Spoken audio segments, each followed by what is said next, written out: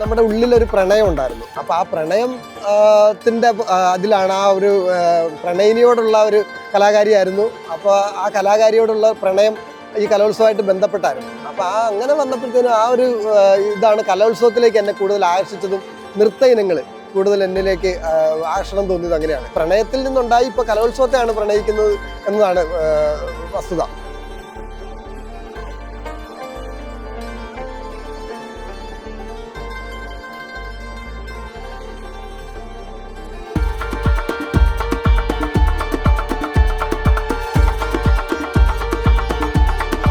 എൻ്റെ സ്വപ്നം എന്ന് പറയുന്നത് എനിക്കൊരു മകള് ജനിക്കണം. അത് വിവാഹത്തിന് മുമ്പേ ഞാൻ ആഗ്രഹിച്ചു. എനിക്കൊരു മകള് ജനിക്കണം. ആ മകള് കലോത്സവ വേദിയിൽ, സംസ്ഥാന സ്കൂൾ കലോത്സവ വേദിയിൽ നൃത്തം ചെയ്യണം എന്ന്.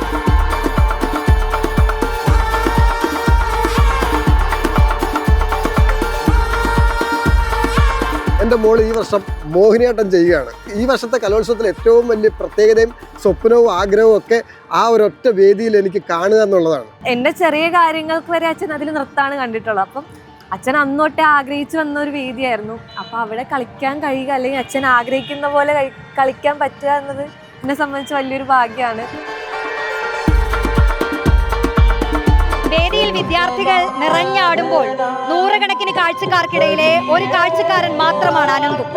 എന്നാൽ മകൾ വേദിയിൽ നൃത്തം ചെയ്യുമ്പോൾ ഹൃദയമിടിപ്പോടുകൂടി അത് കാണുന്ന, വർഷങ്ങളുടെ സ്വപ്നം സാഫല്യമായതിൽ ആനന്ദിക്കുന്ന ഒരു അച്ഛൻ കൂടിയാണ് അനന്തു.